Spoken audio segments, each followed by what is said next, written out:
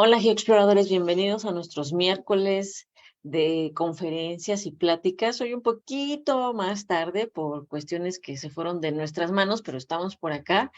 Y bueno, pues acuérdense que estamos en estas conferencias dedicadas al Día Internacional del Fósil.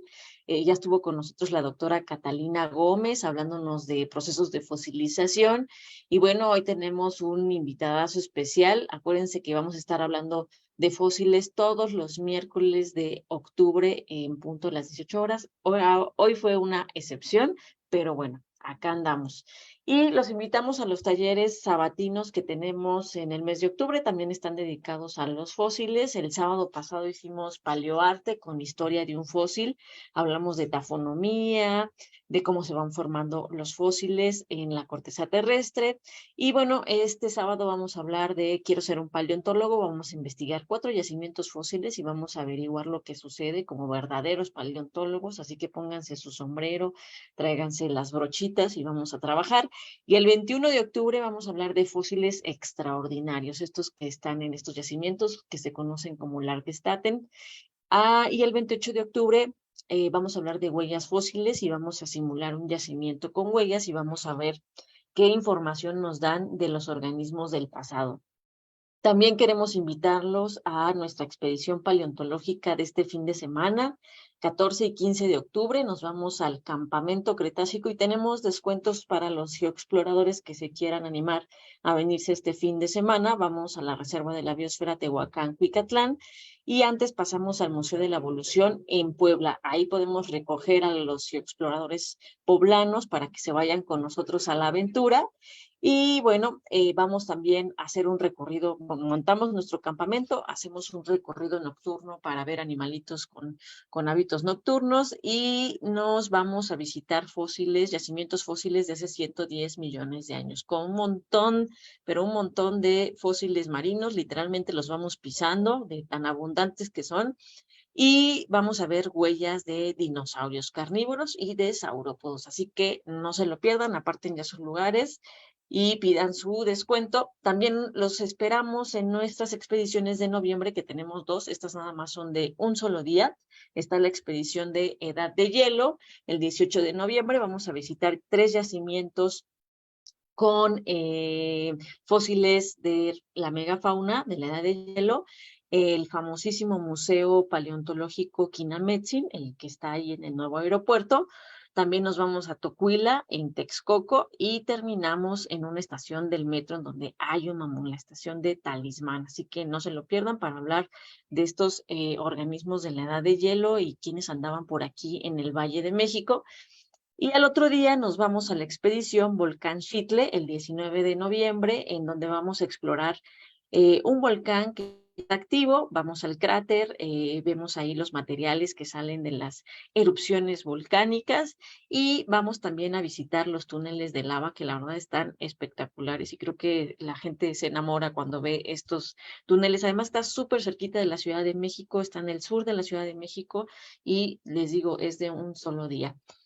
También tenemos acá en Dinolab el dinopaquete que les hemos armado del póster de las 2 especies de dinosaurios que se han descrito en México, las postales y su bolsita de manta por 350 pesos. La pueden pedir directamente con Dinolab o nos escriben con GeoExplora y se los podemos enviar. Tenemos envíos a toda la República o también 2 puntos de entrega aquí en la Ciudad de México. Nos pueden escribir para tener su dinopaquete.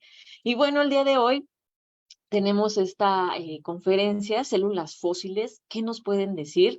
Con el doctor Roberto Díaz Ibaja. Me voy a permitir presentarlo para quienes no lo conozcan, pero la verdad es que es súper famoso. Roberto Díaz Ibaja es doctor en ciencias biológicas, especializado en paleontología de vertebrados, es comunicador de la ciencia desde el año 2009 con el proyecto Paleos, la historia de la vida en la Tierra. Ha participado en cursos, talleres y ponencias, así como también ha sido autor de diversos artículos y libros. Todo esto de índole biológica y paleontológica, especialmente en el área de divulgación. También ha sido asesor técnico y científico de instituciones como la UNAM y el INA. Actualmente, además de divulgar, es profesor en la Escuela Nacional de Estudios Superiores de la UNAM, Campus Morelia. Pues bienvenido, Roberto, ¿cómo estás? Gracias por aceptar la invitación. Hola, no, pues un gustazo, como siempre, y muchas gracias por la invitación y por la espera, por aquel pequeño inconveniente que surgió.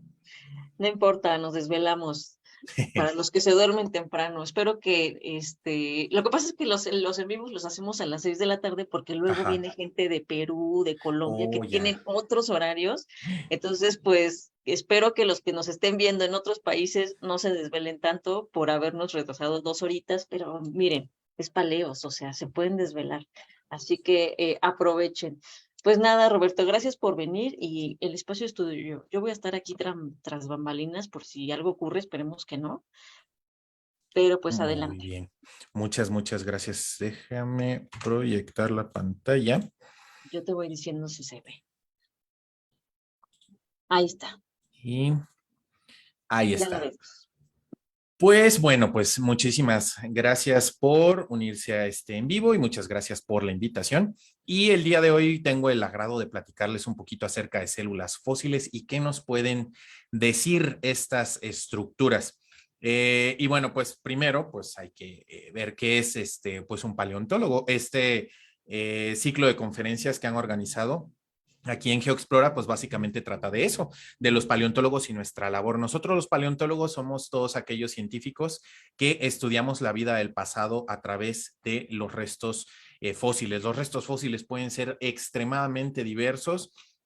Pueden involucrar, por ejemplo, restos de actividad de los organismos o los cadáveres de los organismos. No siempre es un requisito morir para dejar un fósil. Por la antigüedad que tienen estos elementos, pues los organismos que los produjeron están todos muertos, ¿no? Y nos permiten estudiar el pasado remoto de la Tierra en cuestiones biológicas y evolutivas para poder saber cómo ha cambiado no solo los linajes de organismos, es decir, el aspecto meramente evolutivo, sino también los cambios ecosistémicos, ecológicos, de paisaje, biogeográficos y de muchas otras índoles a través del estudio de los fósiles. La paleontología es una disciplina científica y como tal, para poder hacer paleontología de manera formal, pues hay que estudiar esta disciplina. Para ser paleontólogo, ya lo verán más a detalle, pero básicamente en diferentes países, sobre todo en Latinoamérica, una de las opciones más recurridas por nosotros es estudiar primero la licenciatura en biología y después ya hacemos nuestra tesis, posgrados, estancias y otras actividades de formación profesional para poder ser paleontólogos. Y ya como desde el punto de vista del hobby, pues podemos ser aficionados de la paleontología. Y algo que a mí me gusta muchísimo decirles es que todos somos aficionados a la paleontología. Si los paleontólogos no fuéramos aficionados a la paleontología, estaríamos todo el día con cara de fuchi y haciendo un trabajo bastante pésimo en nuestra labor, sobre todo docente, donde tenemos el contacto con los estudiantes para poderles imprimir ese gusto que tenemos nosotros por la vida. Y como pueden ustedes ver por los ciclos de conferencias que los paleontólogos imparten, la mayoría de nosotros tienen una emoción que muestran muy ampliamente por aquello que estudiamos. Y bueno, los fósiles son cualquier vestigio de vida del pasado que haya quedado registrado en las rocas. Esto de que haya quedado registrado en las rocas se eligió como opción o alternativa a los famosísimos 10.000 años de antigüedad, porque se ha visto que hay algunas estructuras orgánicas que sobreviven muchísimo tiempo y resulta que no son fósiles, pero tienen más de 10.000 años de antigüedad. Está, por ejemplo, la famosa piel de perezoso gigante que recolectó Darwin en su visita a Sudamérica, en su famoso viaje a través de diferentes continentes en los cuales pues básicamente se gestó la teoría evolutiva de la selección natural. Entonces, en una cueva de Chile se encuentra la cueva del Milodón, llamada muy apropiadamente así, se encuentra una piel que todavía tiene pelo, todavía tiene piel y no está fosilizada. Tan no estaba fosilizada que cuando regresa a Inglaterra, allá los monarcas ordenan que se capture al animal vivo y que se traiga para poderlo pues ver, ¿no? La sorpresa es que este milodonte pues llevaba varios milenios extinto. Entonces es muy importante reconocer que esto de los 10.000 años de antigüedad pues es una cosa que decimos más o menos con carácter muy didáctico para que se nos quede, pero hay estructuras que llamamos subfosilizadas, que tienen más de 10.000 años de antigüedad y no están totalmente transformadas en roca, vayamos a decirlo de esa manera, Pero también hay otras que tienen menos de 10,000 años de antigüedad, muchísimo, muchísimo menos, están en el registro de las rocas por eventos muy particulares, como por ejemplo la gente que murió en la erupción del Vesubio. Todas esas personas, algunas de ellas, sus cadáveres han sido cubiertos por ceniza y pues ya están en el registro de las rocas, pero técnicamente no son fósiles. Entonces, cuando hablamos de fósiles, hablamos de organismos prehistóricos y por eso nos ponemos este 10,000. ¿Qué significa este 10,000 años de antigüedad? Pues bueno, básicamente es el límite entre el Pleistoceno, la edad de hielo, y el Holoceno, que es lo que consideramos como la modernidad. En este caso, pues estamos viendo un pequeño huesito que fue recuperado de un yacimiento del Plioceno por su servidor, con mucho cuidado, y resulta que pertenece a un conejo, pero no un conejo doméstico. Estos fueron criados selectivamente por los seres humanos, sino que pertenecía a un conejo ya extinto de hace más o menos unos 3.5 millones de años de antigüedad. Más o menos era contemporáneo con el conocido megalodón. Y estos fósiles tenemos primero que reconocerlos como tales para poder estudiarlos. Tenemos primero que saber qué tipo de fósil estamos nosotros teniendo para poderlos estudiar. No todos los fósiles se estudian igual, cada tipo de fósil tiene sus particularidades y tiene su propia historia y las formas de estudiarlos pues pueden ser extremadamente variadas. Estos de aquí que parecen hasta casquillos como de bala o algo por el estilo, son belemnites y son lo que se denomina rostro, que es la parte, paradójicamente, de la parte de atrás de la cabeza, no de la parte de adelante de la misma, que formaba el vestigio de concha que tenían estos animales parecidos a calamares. No eran calamares propiamente dichos, pero son de ese estilo. Ahora, cuidado, no todo lo que brilla es oro. Este tipo de formación, que son vetas minerales de magnesio principalmente, son vendidas muchas veces en el mercado legal como fósiles de plantas. Y seamos honestos, parecen fósiles de plantas.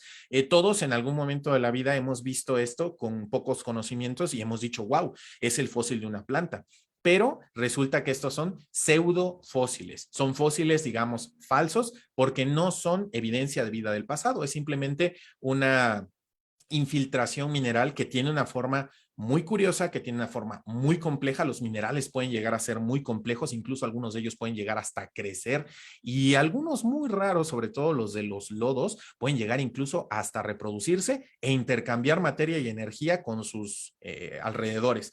Una de las razones por las cuales se pensaba que el origen de la vida estaba ubicado más o menos por ahí.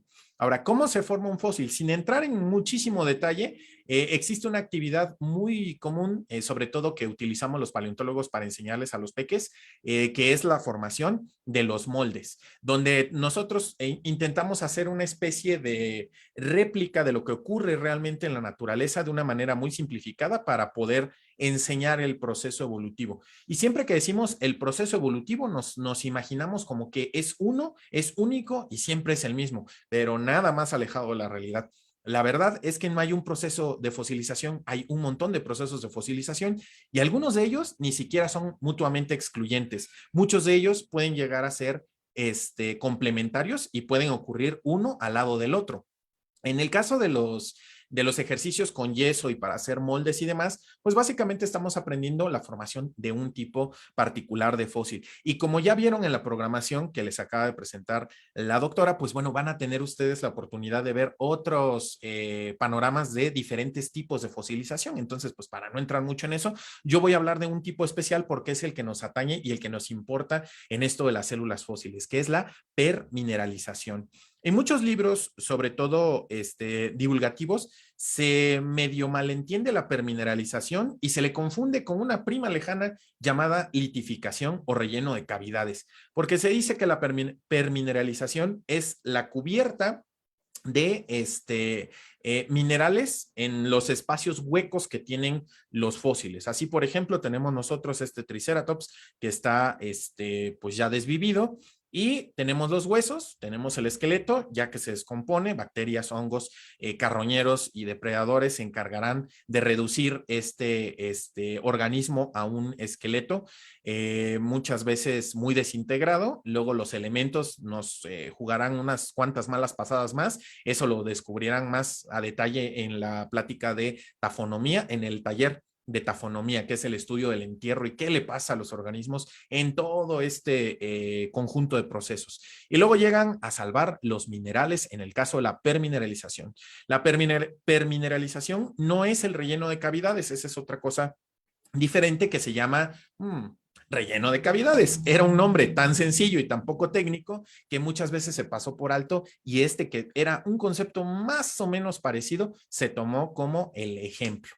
Lo que ocurre es que sí se rellenan los huecos de minerales, pero este relleno es precisamente ese tipo de refuerzo, digamos, que le dan los minerales y otros materiales detríticos que también pueden ser rellenados por arenas, por arcillas y otros materiales pétreos muy pequeñitos, pero en la permineralización los minerales comienzan a reemplazar una vez relleno ya el resto, se comienza a reemplazar el material orgánico original. Este reemplazo no se da de manera súbita, no sabemos exactamente cuánto tiempo toma, así que aquellos de ustedes que elijan el camino de la paleontología y decidan estudiarlo, podría ser un muy buen campo de investigación. Es uno de los campos menos estudiados en la paleontología. ¿Cuánto tiempo toma en formarse un fósil? Con diferentes variables, diferentes organismos, diferentes ambientes, temperaturas y muchas otras dinámicas que se dan en la corteza terrestre. Pero una vez que se lleva a cabo este proceso, resulta que el material fino, pequeño que hay en las células comienza a reemplazarse por minerales de tamaño equivalente, pero a nivel molecular. Y es tan bueno y tan fino el reemplazo que nos permite tener un nivel de detalle sin ningún otro paralelo. La permineralización, a veces también reconocida en su fase final, que es el reemplazo, es el proceso de fosilización más fino del que tenemos noticia. Y gracias a ello podemos tener estructuras incluso no solo celulares, sino subcelulares, más chiquitos que las células, preservados en el registro fósil. Muchas veces cuando hablamos de fósiles en talleres y cursos, tendemos a simplificar las cosas y pareciera que los fósiles son una copia pétrea de lo que alguna vez fue, pero hay muchos fósiles que no solo son una copia pétrea, sino que tienen en sí las células que les conformaron, pero ahora petrificadas. Y en algunos casos extraordinarios, como veremos a continuación, no todas están totalmente petrificadas, sino que están todavía presentes algunos de sus vestigios orgánicos originales.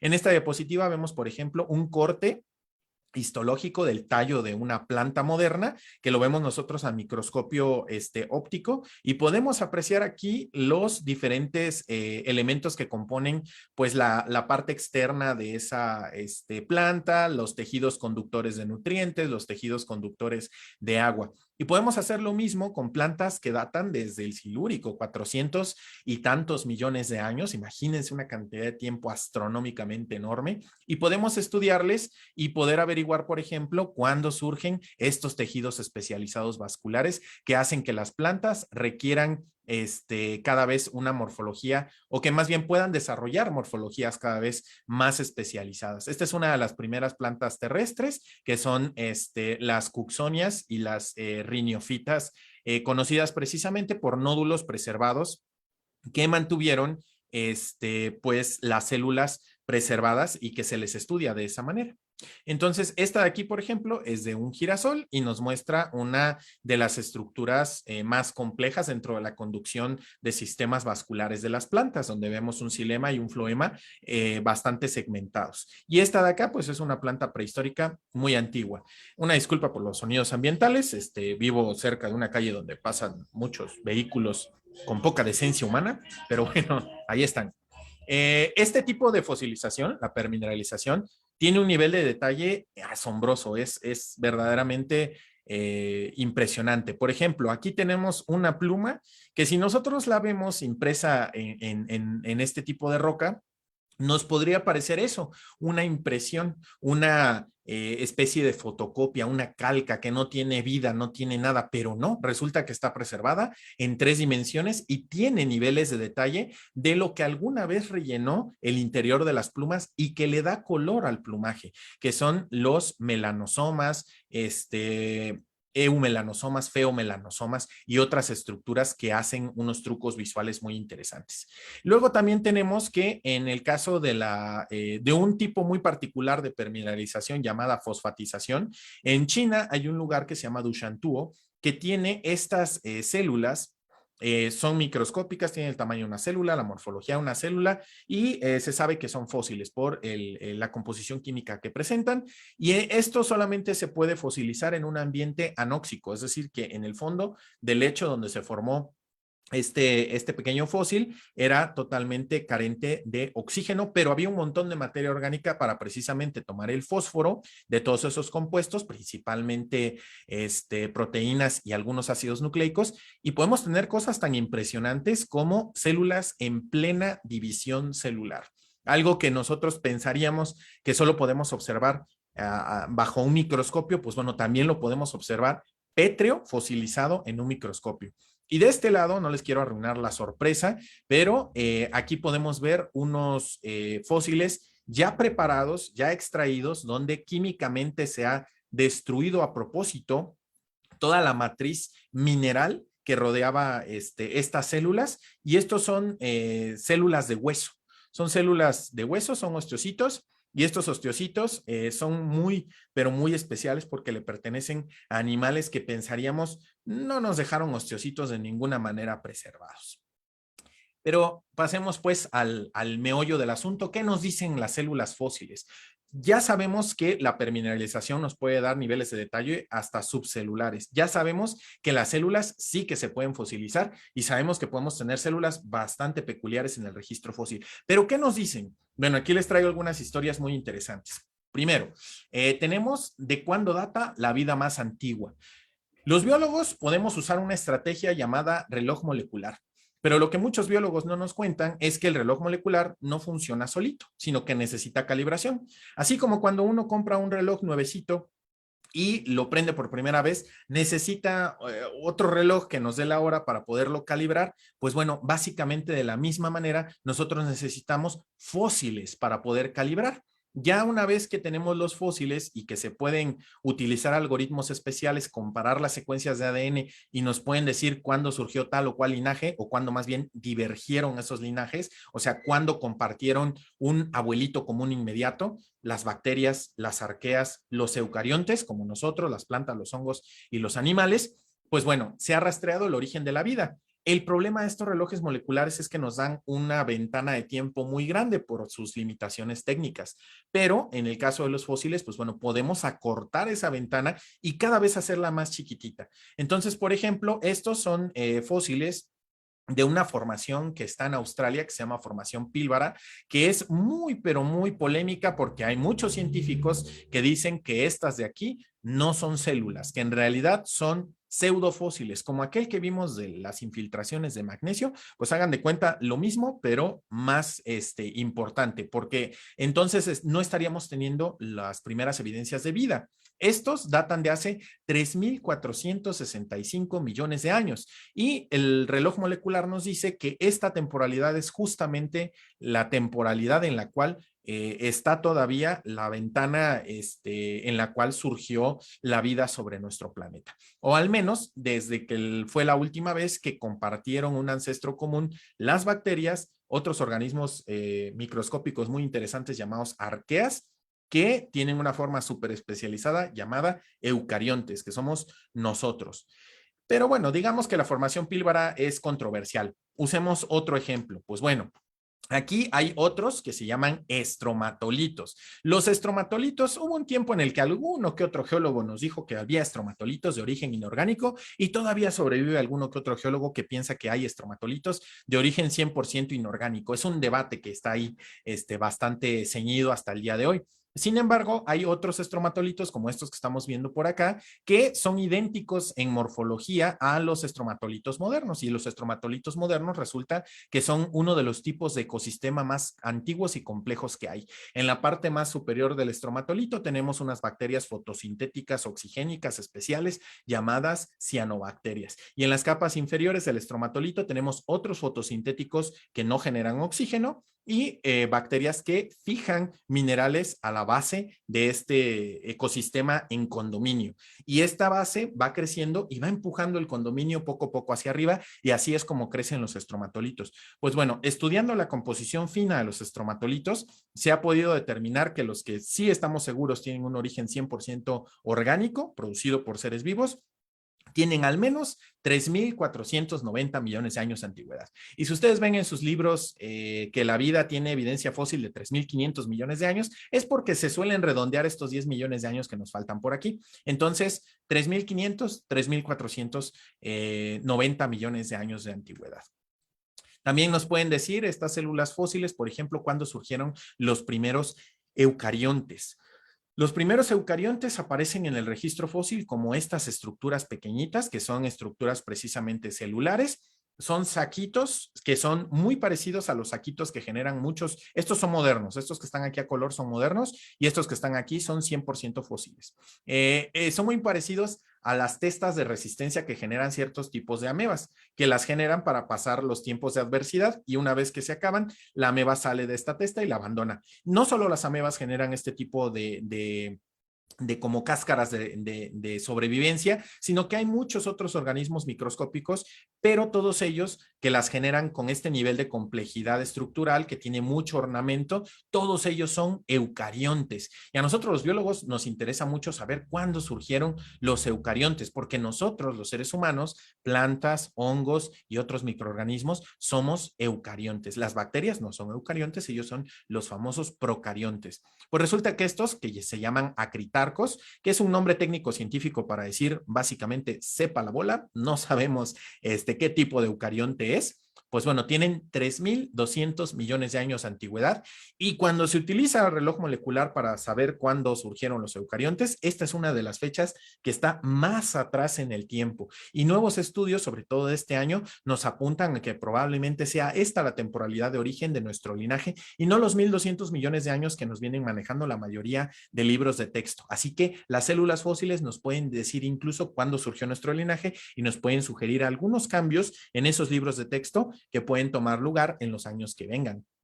Y si uno dice, bueno, los acritarcos son dudosos, podrían ser arqueas muy complejas. Bueno, ok, pero esta de aquí se llama Gripania y es un alga, y esta es 100% conocida y no hay ningún nivel de incertidumbre en que sea un eucarionte.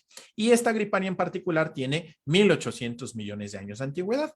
De todas maneras, sigue siendo más antigua que esos 1.200 millones de años que muchos libros manejan, y lo que estamos viendo aquí es una especie como de colonia donde en la espiral vivían un montón de celulitas independientes que presuntamente eran fotosintéticas. ¿Y el sexo? Esa es una pregunta que nos interesa mucho a los organismos de reproducción sexual, sobre todo porque queremos saber cuándo surgió el sexo, ¿no? Y cuando uno dice esto, la expresión de casi todos es básicamente la del Señor, pero déjenme decirles tristemente que en lo que ustedes están pensando es otra cosa, no es el sexo. El sexo, antes de que se pongan a rezar y decir que paleos tan cochino, pues la traición, la decepción, el engaño. El sexo realmente es la mezcla de genética entre un organismo y otro para producir otro del mismo número de cromosomas. Entonces, el sexo es 100% eucariótico, y el que no es eucariótico lo llamamos parasexualidad, cuando las bacterias intercambian material genético ahí con unos pelitos llamados pili. Ese no es el verdadero sexo. En el sexo verdadero tenemos la producción de gametos. Estos gametos pueden ser todos iguales o pueden ser unos grandotes, unos chiquitos, los óvulos, los espermatozoides, los óvulos o el polen, dependiendo del tipo de organismo del cual se trate.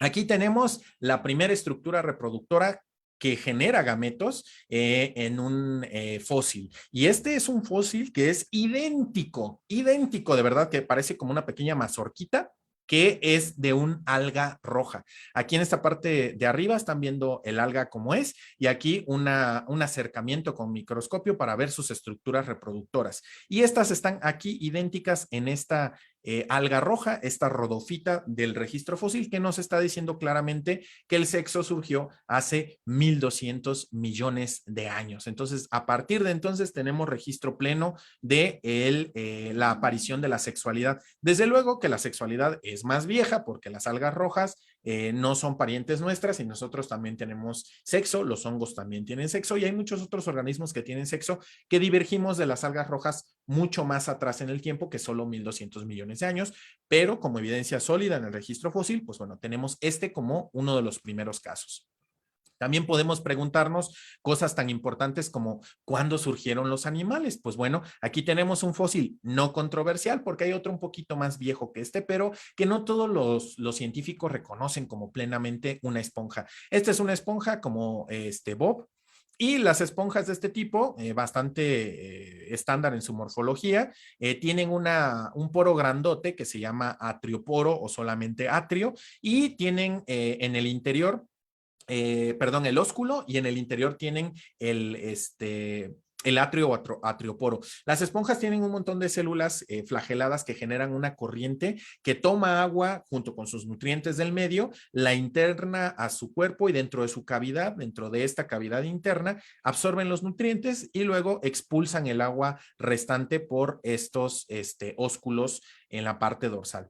Esta de aquí tiene 600 millones de años de antigüedad y justamente calza perfectamente con todas aquellas filogenias moleculares que nos dicen que las esponjas tienen al menos 600 millones de años de antigüedad. Y antes de 2015 no había esponjas tan viejas y esto es a nivel celular. Si ustedes ven esta especie como de cuarteamiento que se alcanza a ver en esta esponjita de aquí, pues no es otra cosa que las células individuales que conforman a esta pequeña esponja. Y si ustedes ven la barra de escala, pues son 200 micras, son extremadamente chiquititas. No es una esponja grandota como la de la fotografía, es una esponja más bien microscópica, que es justo lo que se hipotetiza que sería el tamaño de una de estas esponjas. Otras cosas que, por ejemplo, le interesan mucho a los ecólogos, el estudio de la interacción entre los organismos vivos, es cuándo surgió la depredación. Y a nosotros los paleontólogos nos interesa también porque a partir de la depredación surge una cosa llamada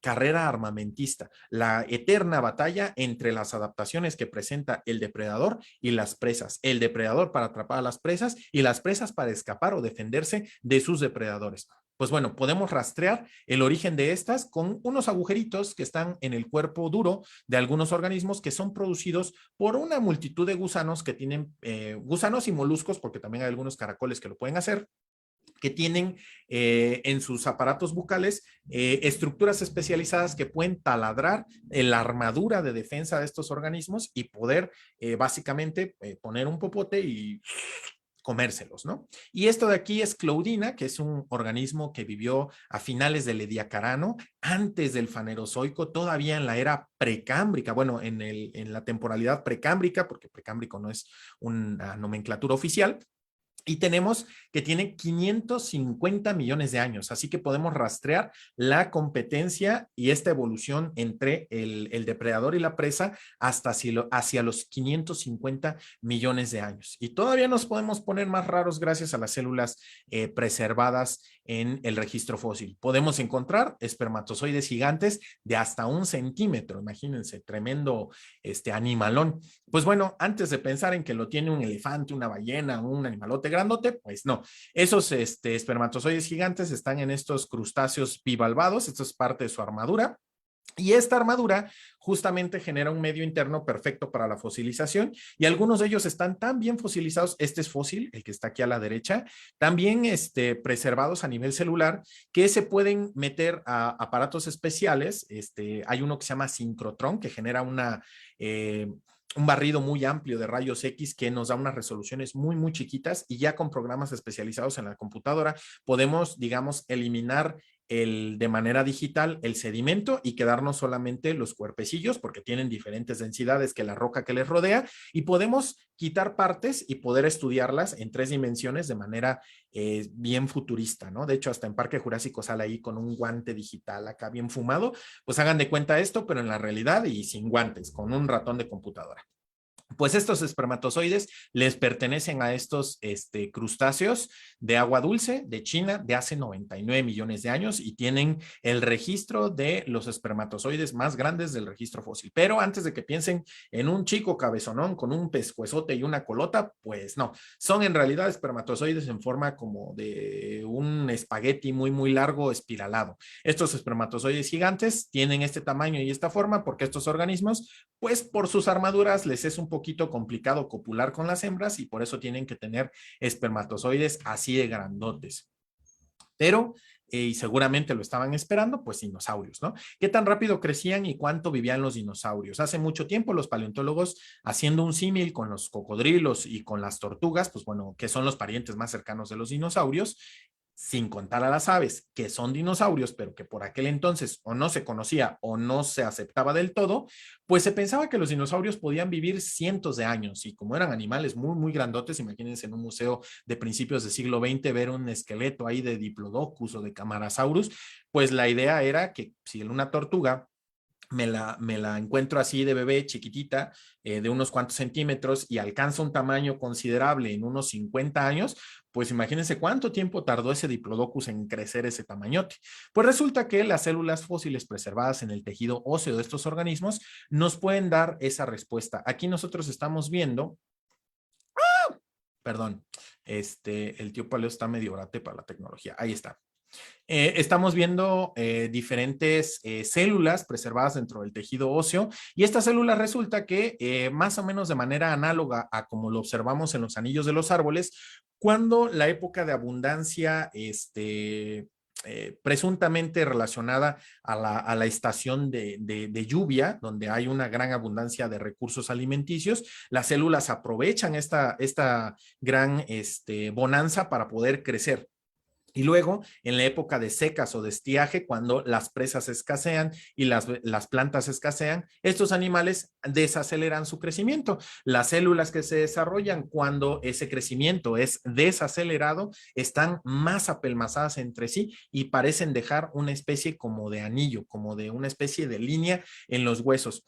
Estas líneas son llamadas LAGs, Lines of Arrested Growth, que es crecimiento, líneas de crecimiento detenido, y les permiten a los paleontólogos saber el ritmo de crecimiento de los animales. Estudiando una secuencia bastante grande de animales como por ejemplo el ultra archifamoso Tyrannosaurus Rex, desde que eran pequeñitos hasta que eran viejotototes, podemos nosotros, incluso con huesos de adultos a los que les faltan lags porque ya el hueso se remodeló y creció, podemos hacer y utilizar un algoritmo para reconstruir esa historia de vida y para obtener justamente estas curvas de crecimiento. Estas curvas de crecimiento son súper comunes en el estudio de la ecología de los organismos porque nos hablan mucho de los requerimientos energéticos de estos y cuál es su periodo de vida más activo y cuál es el menos activo. Y gracias a ello sabemos que Tyrannosaurus, aunque morfológicamente es por fuera, es muy parecido a sus primos cercanos como Daspletosaurus, Gorgosaurus y Albertosaurus, que todos son tiranosáuridos, pues resulta que tiene una tasa de crecimiento bárbara, que crecía hasta 767 kilogramos al año. Imagínense subir de peso 767 kilogramos en tan solo un año. Para poder lograr esto, estos animales pues tenían un metabolismo extremadamente acelerado en sus primeros años de vida. Si ustedes ven la curva, vemos que aquí el crecimiento despega alrededor de los 10 años de edad. Podemos calcular la edad biológica a los organismos y se acelera muchísimo hasta desacelerarse pasaditos los 20 años de edad. Paradójicamente, nuestra fascinación por Tyrannosaurus Rex parece ser recompensada porque su madurez sexual es muy parecida a la humana en términos biológicos. Sociales, no muy bien visto, ¿verdad? Desde 13 años de edad con funciones reproductivas. Socialmente, no. Biológicamente es una realidad. Tyrannosaurus más o menos alcanzaba la madurez sexual al mismo tiempo, estabilizaba su crecimiento pasadito los 20 años como los machos humanos, ya no crecía significativamente a lo largo de su vida, más que como decimos los treintones para los lados, ¿no? Es para lo único que vamos a crecer, ya no crecemos más, dice mi hijo que por qué ya no crecemos, ¿no? Los adultos. yo tratándole de explicar las razones y me dice muy tiernamente que pues solo me crece la panzota, ¿no? O sea, gracias, hijo. Y gracias a ello, pues podemos saber qué tipo de metabolismo tenían estos animales. Hay otras estrategias nuevas que nos han cambiado la perspectiva, pero eso ya no es el campo de las células, eso ya es el campo de estudio de la paleobioquímica. Hasta tenemos bioquímica paleontológica preservada. Pues bueno, en este artículo de 2014 se proponía que los dinosaurios no eran ni animales de sangre fría, ni animales precisamente de sangre caliente, sino que su ritmo de crecimiento estaba en un intermedio, llenando un vacío que no se conocía mucho en la actualidad, porque los animales de la actualidad o crecen como endotermos, animales de sangre caliente como nosotros, o crecen como ectotermos, animales de sangre fría como las lagartijas. Esto de sangre fría, sangre caliente solo es un nombre común, no refleja la temperatura real de nuestra sangre. Pues los dinosaurios crecían a una tasa intermedia. Algunos se parecían más a los de sangre caliente, otros se parecían más a los de sangre fría, y muy curiosamente, esto cambiaba a lo largo de la vida de los animales, algo que nosotros en la actualidad no hacemos. Si somos endotermos toda la vida. Si somos ectotermos, somos ectotermos toda la vida, o al menos la mayoría de los organismos así son. Las células fósiles también nos pueden decir de qué color eran los dinosaurios. Tengan, por ejemplo, a Anchiornis huxleyi, que vivió hace 160 millones de años y es lo más cercano dentro de los dinosaurios no avianos a las aves. Por ahí hay un detallito de clasificación que si quieren lo platicamos después, pero los anquiornítidos, entre que están y no están dentro del grupo de las aves, a veces son dinosaurios no avianos, a veces son dinosaurios avianos. Vivieron durante el Jurásico y en este trabajo donde se le presenta por primera vez, pues bueno, se le reconstruyó con estos colores pardos, porque pues bueno, se utilizan a los animales modernos como guía para poder aplicar coloraciones. Pero resulta que el fósil de Anchiornis o los fósiles de Anchiornis estaban tan bien preservados que nos cambiaron completamente el cómo entendemos la coloración de este animalito. Tuvo un cambio subsecuente, pero ese ya tiene que ver con el análisis del ordenamiento de sus plumas. Se volvió más pachoncito, pero de ahí en fuera el patrón de coloración es el mismo, es de color básicamente grisáceos a oscuros con bandas blancas y un penacho o una zona coloreada roja en la parte dorsal de la cabeza. Todo eso lo sabemos por unas estructuras subcelulares que se llaman melanosomas, que pueden ser eumelanosomas, que son los que dan estas coloraciones negras y cafés dependiendo de su concentración. O pueden ser estos alargaditos que son los feomelanosomas, feo con pH, no con F de tío Paleos feo. Entonces, estos feomelanosomas dan coloraciones rojizas y marrones muy intensas. Ahora sabemos que Anchiornis era de estos colores, estudiando justamente células preservadas en su penacho y en el resto de su cuerpo. Hay varios ejemplares de Anchiornis, no nada más uno. Este dinosaurio tan icónico, Sinosauropteryx prima, de hace 123 millones de años, sufrió lo mismo, sufrió un estudio en el cual se vieron qué tipo de estructuras subcelulares tenía preservadas en las plumas y se descubrió que era pelirrojo, que tenía una mascarita en los ojos y que tenía una cola anillada tipo lemur o tipo cacomixtle, que es un mamífero de aquí de las Américas, ¿no? Entonces, esta coloración ya no es una coloración meramente artística, sino que está fundada en la evidencia fósil dada por pequeñas estructuras subcelulares producidas en el folículo de la pluma. Estas se producen en el folículo y después migran y rellenan a la pluma. Recordemos que las plumas son huecas, el pelo no lo es, ¿no? Luego tenemos otro ejemplo bastante conocido entre la comunidad de dinoaficionados, que es Microraptor. Microraptor gui, de hace 120 millones de años, también fue estudiado por estas estructuras en sus plumas en diferentes ejemplares y se concluyó que era un animal iridiscente, que quiere decir que estructuralmente hablando tiene estas estructuras que engañan a la luz y que en realidad portan pigmentos de color negro. Deberían ser simplemente negros, pero doblan la luz en varias direcciones. En vez de regresar, de absorber todas las longitudes de onda, menos la negra y por lo tanto verse negros, lo que hacen es reflejar la luz en diferentes direcciones y ángulos por la estructura subcelular de estos melanosomas y obtenemos estas coloraciones tornasol. Eso es la iridiscencia. En el caso de pues bueno, este es un animal que aquí en México Es conocido como zanate. En algunos lugares le dicen cuervo. Los zanates no son cuervos, en realidad son del grupo de los tordos, ¿no? De la familia Icteridae, no es de la familia Corvidae. Los cuervos son mucho, mucho más grandes, el pico es más corto y son muy inteligentes además, ¿no? Entonces, gracias al análisis estadístico de la disposición de estas estructuras en los fósiles, podemos saber el color de estos animales. En 2018 llegó este Kaihong Yuyi de 161 millones de años y la sorpresa fue que encontramos estos melanosomas que tenían una textura como granulosa.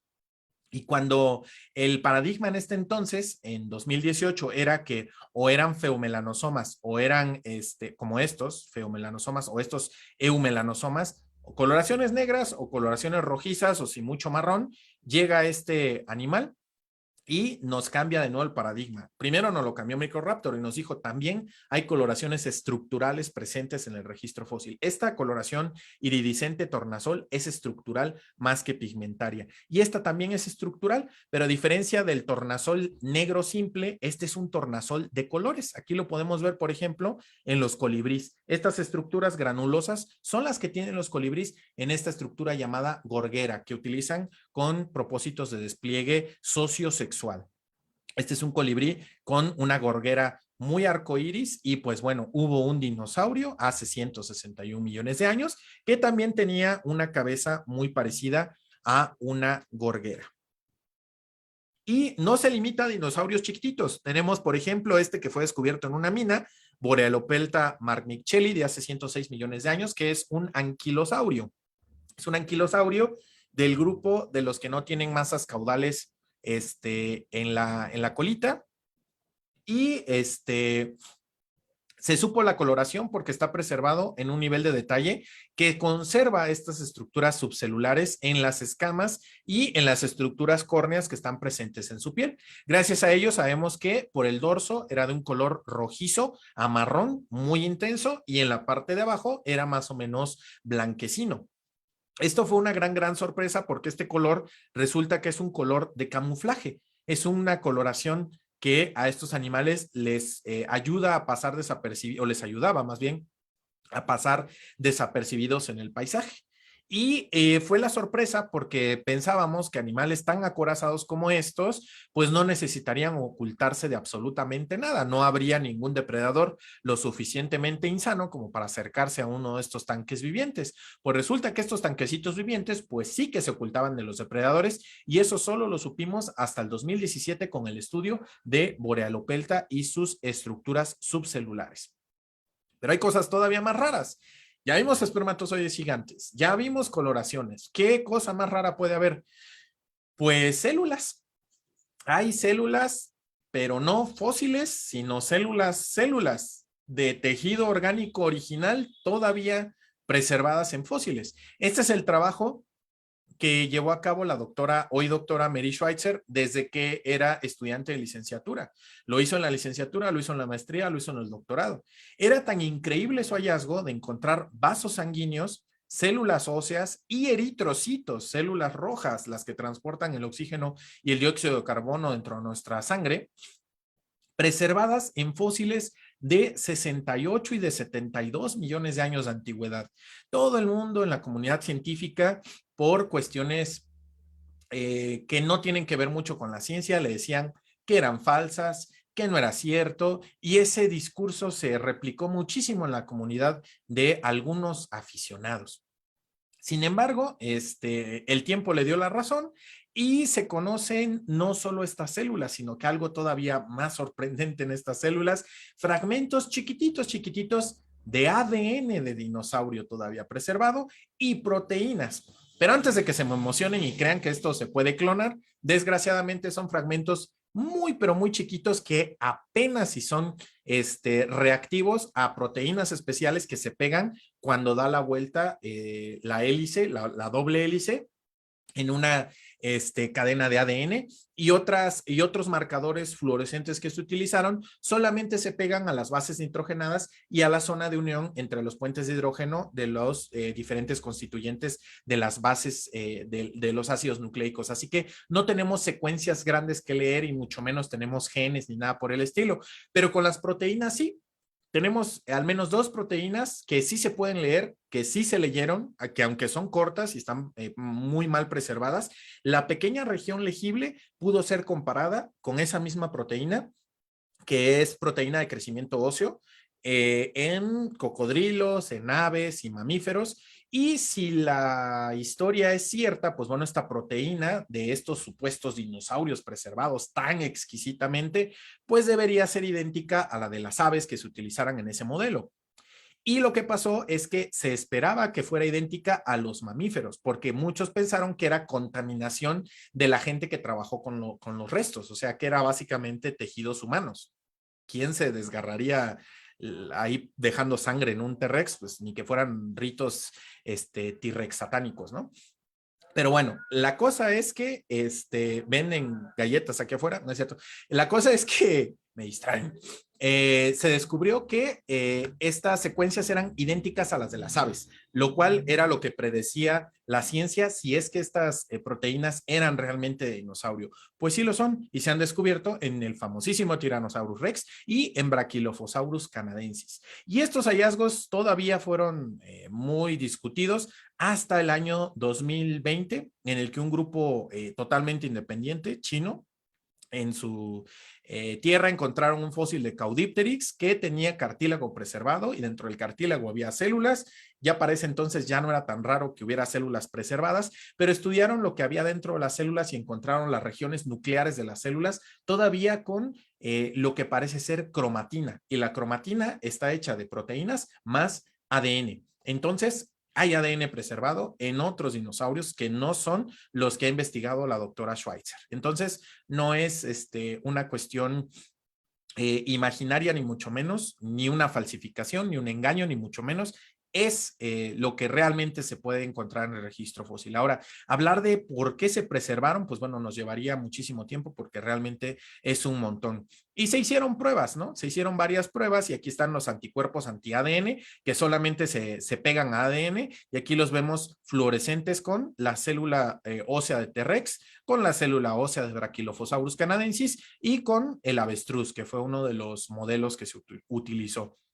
Aquí vemos esta otra compuesto químico que se llama yoduro de propidio que se intercala entre las bases. Y aquí está mostrando reacción en Tyrannosaurus rex, en Brachylophosaurus canadensis y en un avestruz. Si se fijan, la zona que brilla, la zona que florece en las células vivas, pues es mucho más grande porque no está tan degradado el material genético. Y por último está esta proteína especial, la DAPI1 de tipo 2, que se inserta más o menos parecido al yoduro de propidio, pero en menos de la vuelta de ADN. Entonces, por eso la vemos más marcada aquí, más marcada acá y supermarcada en todo el núcleo. Aquí en las células de avestruz es ADN de dinosaurio. Y las células fósiles, ya para terminar, también nos pueden revelar el origen del cáncer. Esto puede ser una charla en sí misma, pero aquí rápidamente les puedo decir que en esta vértebra lumbar de este homínido, presuntamente Australopithecus, de alguna especie, se encontró un tumor gigantesco ahí creciendo dentro de su vértebra. No es visible en la parte de afuera, salvo por este punto de entrada, y lo más probable es que haya sido causada por un absceso. Los abscesos o infecciones pueden producir crecimientos tumorales dentro del tejido óseo como respuesta de defensa. Este tiene 1.98 millones de años y me podrían decir, bueno, tío Paleos, pero no es lo mismo un cáncer que un tumor, ¿no? Mi abuelita tuvo tumores, por ejemplo, en la tiroides y se lo quitaron y no era cancerígeno, pues no es lo mismo. Bueno, sí, es muy cierto, pero sorpresa, también se han descubierto cáncer con todas las letras en huesos largos de Australopithecus que tienen una antigüedad de 1.7 millones de años. Esto sí es un osteosarcoma presente justamente en esta región. Aquí deberíamos observar, en vez de estos pozos gigantes horribles, deberíamos observar esta región más o menos parecida a esta de aquí abajo. donde la región cortical se encuentra con la región del hueso esponjoso. En su lugar vemos estos grandes abscesos que son precisamente delatores de un osteosarcoma, se llama. Ese tipo de cáncer que además es súper agresivo. Entonces tiene en nuestro linaje 1.7 millones de años y tenemos todavía evidencia de tumores a 1.98 millones de años. Así que si alguien les dice por ahí que el cáncer es algo nuevo, que lo inventó Nestlé, Coca-Cola o alguna empresa de estas grandotas, pues no, solo lo potencian con los productos químicos que ingerimos, los microplásticos, el asbesto y muchas otras cosas que no sabíamos que causaba cáncer, ¿no?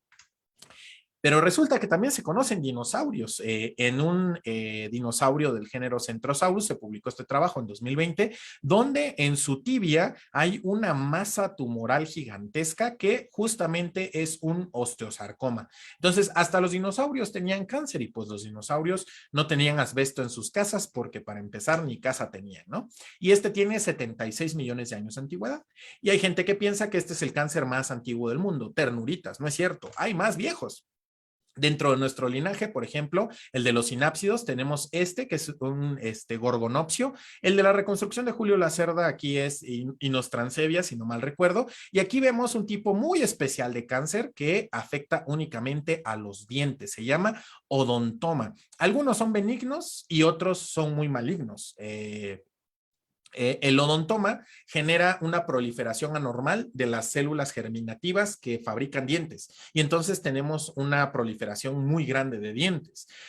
Puede ser benéfica, pararse en ese momento y no generar ningún problema, o puede generar una tumoración considerable, volverse metastásico y desarrollarse dentro de cáncer. Y en lo que se ha estudiado en este odontoma de sinápsido, gorgonopsio, pues este es maligno, es un odontoma que era muy proclive a desarrollar cáncer y las técnicas utilizadas para poder hacer esto son la misma imagenología que utilizan nuestros oncólogos en el día de hoy para podernos diagnosticar este tipo de cosas. Y este tiene 225 millones de años, así que los sinápsidos hemos tenido cáncer por al menos 225 millones de años. Para nada es algo nuevo.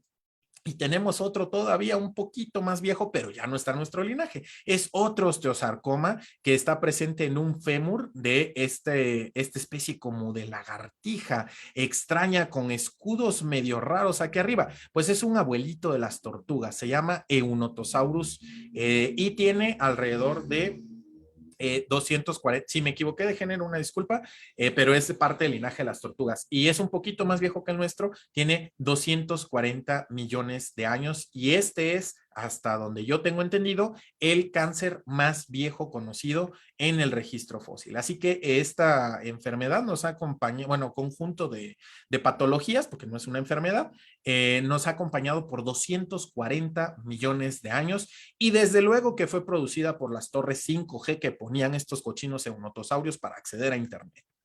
Y bueno, sin más, les agradezco mucho su atención y pues bueno, muchas gracias de verdad por escuchar a su servidor loquito que al parecer no puede dejar de hablar porque está nervioso. Bye. Muchas gracias, Roberto, por la súper completa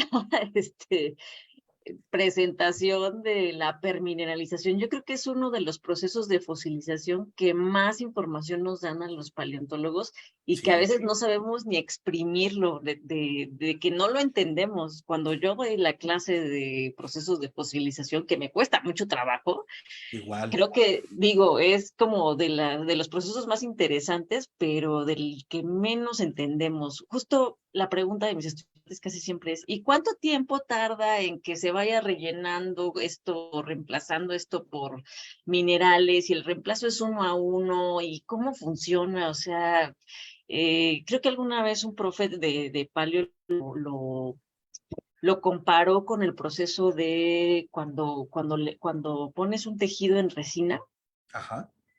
como que es algo muy similar en la naturaleza, pero pues no tenemos idea de cómo funcione, porque imagínense meter minerales a una célula sin romperla y que quede con la forma que tenía la Igualita, ¿no? célula, ajá, eso es como muy loco. Y yo creo que sí, los paleontólogos no la entendemos, pero la verdad es que nos ha dado una información. Bueno, pues tú estuviste exponiendo cada uno de los casos que son fantásticos.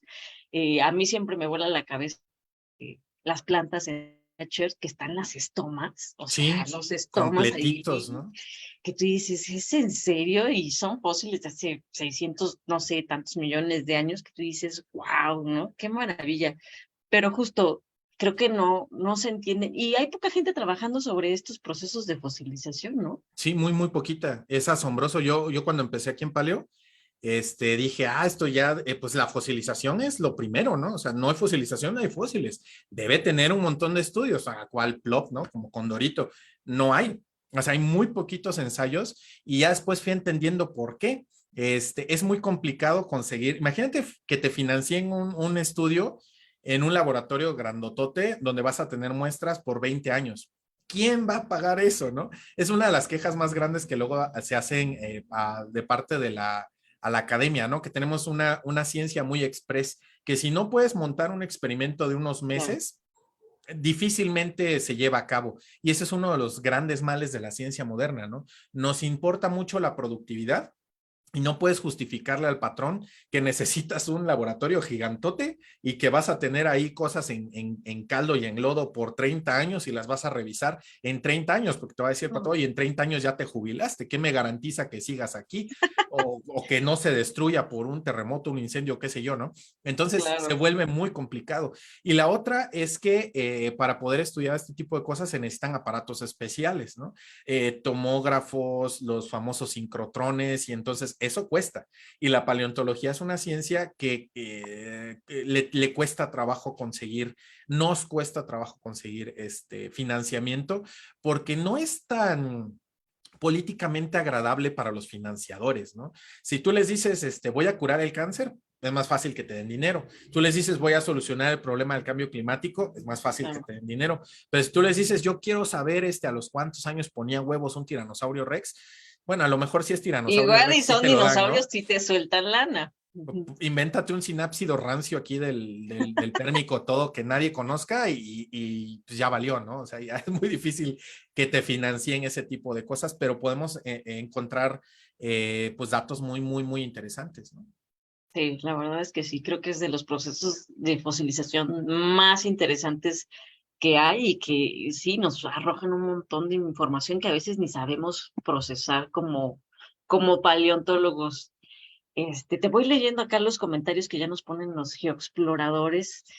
Por aquí, María Esperanza Panqueva Gómez dice, buenas tardes, buenas noches, Buenas aquí noches. desde Colombia. Saludos a Colombia. Hola, hola. Nuestro querido Jules, por acá estaba también, dice, buenas noches y saludos, Ah, maestros. Jules, gracias, Julio. saludos.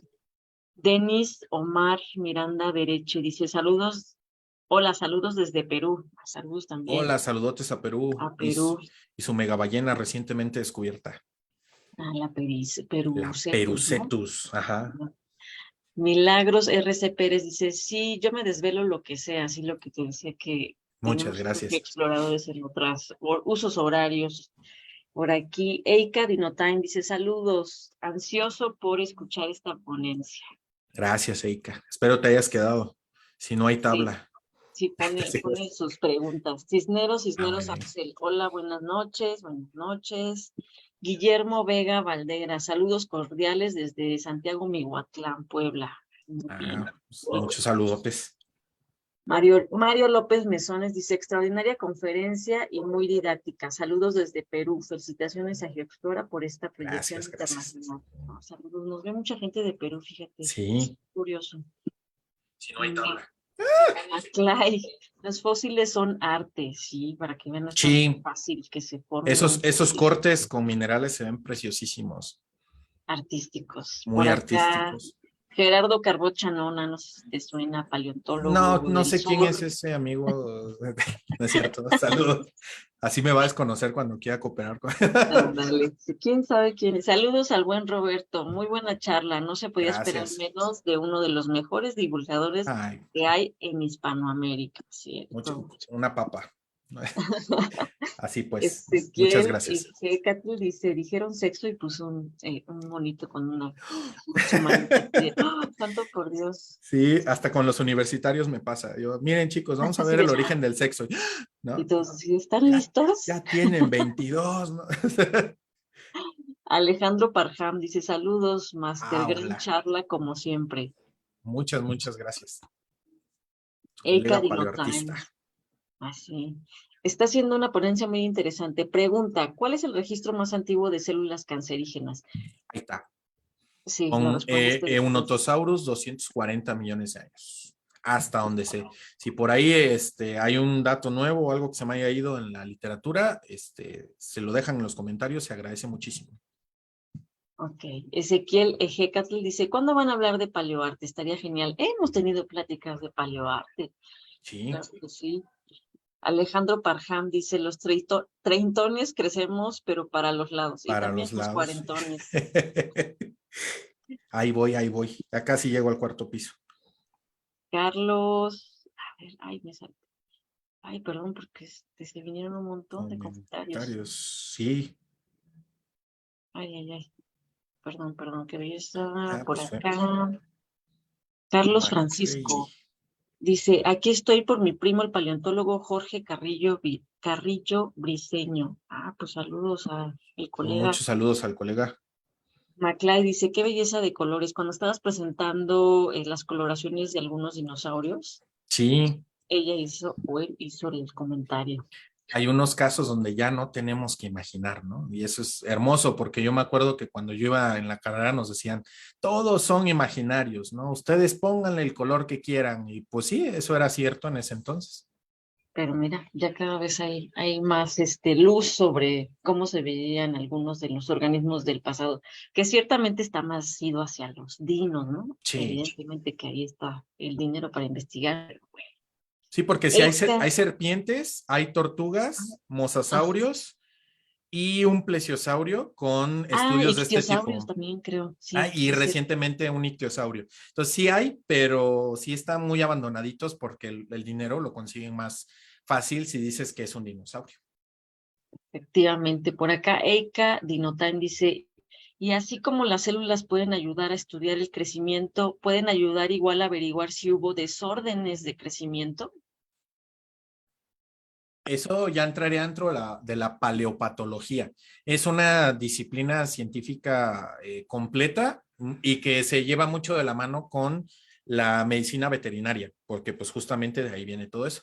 Yo cuando estaba trabajando todavía en la Universidad Michoacana, encontré una falange de bisonte que tenía una tumoración, pero con las primeras personas con las que acudí fue con veterinarios y ellos son los que me dieron toda la literatura y demás. Y sí, justo coincide con que es un osteosarcoma. Pero el tiempo me comió, llegó la pandemia, ya no lo pude estudiar, entonces está por allá ese fósil esperando a alguien que lo trabaje y que lo publique porque sí está bastante interesante. Pero es la paleopatología. No conozco yo ningún caso concreto de que muestre interrupción en el crecimiento, pero un paleopatólogo especializado a lo mejor sí conoce alguno de estos casos, que debe de haber, ¿no? Sí, también si conocen a el famoso Ángel Alejandro Ramírez Velasco, él se metió a estudiar paleopatología y justo se Justamente. fue con los veterinarios, hizo la maestría con veterinarios para empezar a Ajá. estudiar esto en dinosaurios. Yo no sé si él vio eso de los desórdenes de crecimiento en huesos. Sé que vio tumoraciones, sé En que Huehue vio, hay ajá, lesiones, infecciones bacterianas masivas.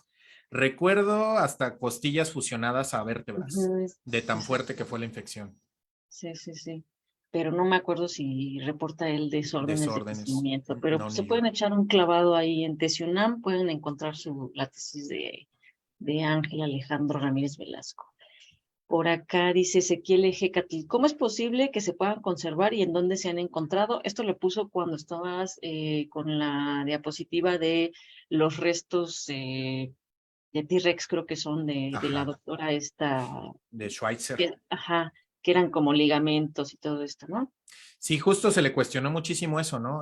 ¿Cuál es el mecanismo? Porque nadie más lo ha estudiado, nadie más lo ha descubierto. Y en 2017, me parece, Publicó un artículo muy completo donde se dio cuenta que lo que tenían en común estos restos de dinosaurio, de T-Rex y de Brachylophosaurus que tenían células conservadas, es que tenían un olorcito como a hierro. Y cuando ya los estudiaron bien químicamente, resulta que tienen una cobertura de hierro.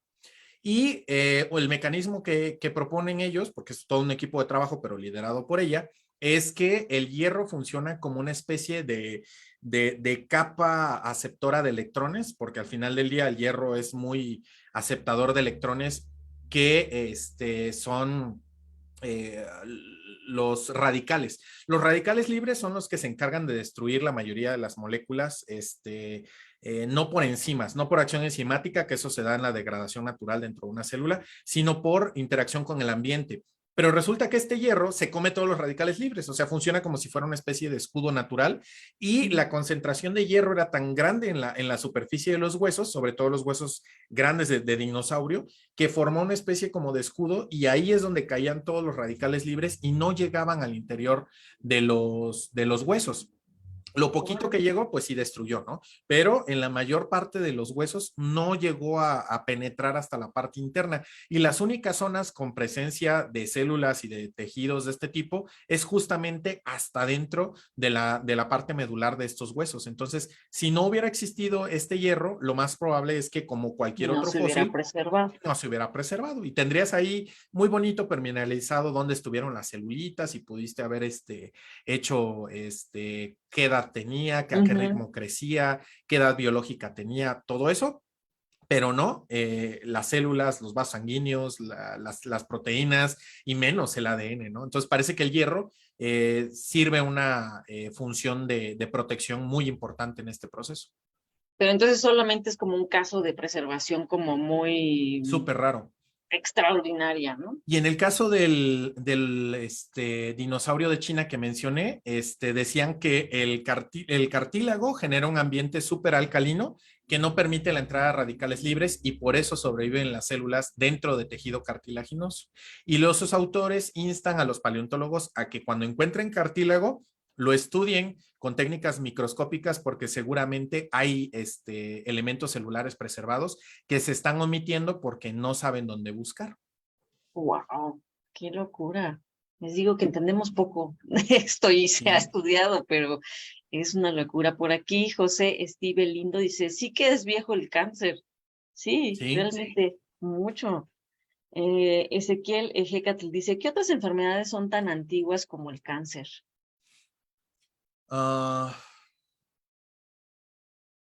malformaciones de crecimiento, se me Ujú. ocurre, pero ya a nivel macro. Por ejemplo, entre las claudinas que mostré, la forma de crecer normal son como copitas, como estos vasos de papel que luego ponen para los garrafones.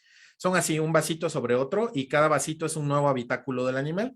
Pero a veces ocurren errores de crecimiento y se separan en dos. Y entonces ya son dos claudinas. Entonces, en vez de ser una y seguir siendo una, como la mayoría, ahora son dos.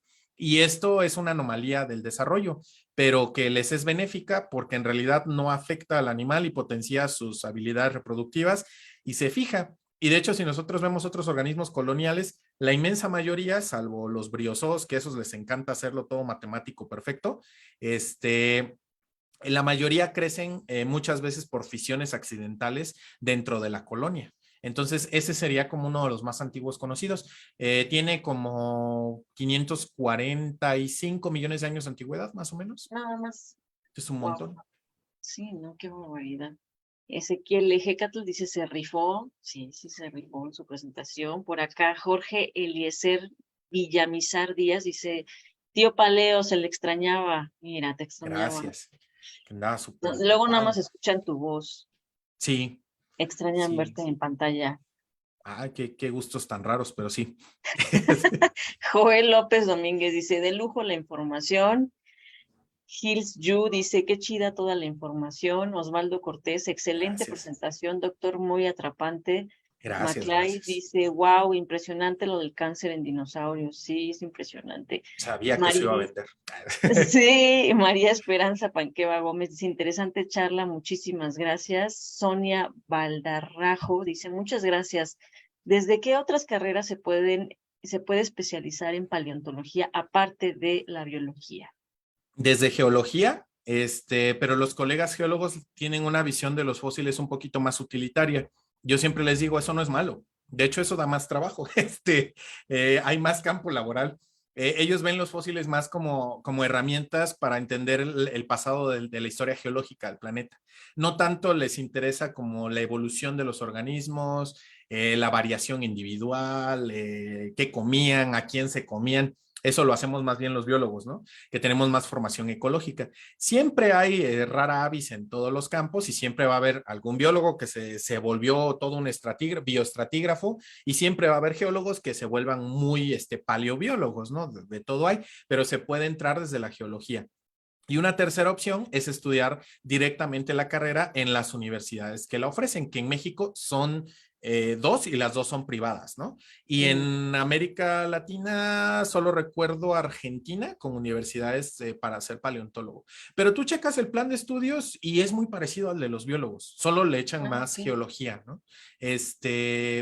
Pero sí está como muy enfocado, porque el biólogo sí, la idea es que salga como con las herramientas para entrarle a lo que sea, ¿no? Desde la industria agro hasta biomedicina, incluso, ¿no? Humana. Y también ahora hay otra carrera que se llama Ciencias de la Tierra y que Ah, sí, también le cierto. pueden entrar por ahí. La UNAM la abrió, así como te iba a decir, es nueva, pero no, ya tiene su ratote, Ciencias de la Tierra, y también por ahí podrían Sí, especializarse. em, eh, yo doy clases en una de esas.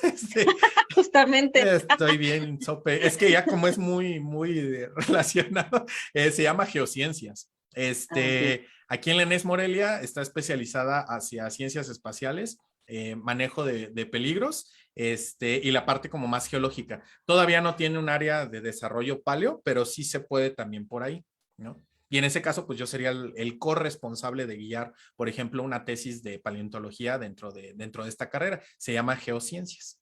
Ah, vale, ok, perfecto. Por acá, Milagros RC Pérez dice, excelente, muy didáctica tu charla, aprendí varias cosas. Me quedé muy sorprendida con lo del cáncer. Ahora tengo varias ideas para contradecir, jejeje, a alguien a lo mejor.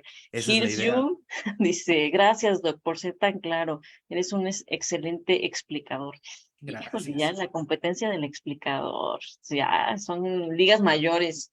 ¿Por qué? An- No entendí ¿Conoces al eso. explicador? No. ¿No lo conoces? Es un divulgador de ciencia muy, muy bueno. Él estuvo haciendo programas de radio, luego se fue a YouTube y ¿Sí? luego ya como que se ha perdido un poco, pero No, no lo conozco.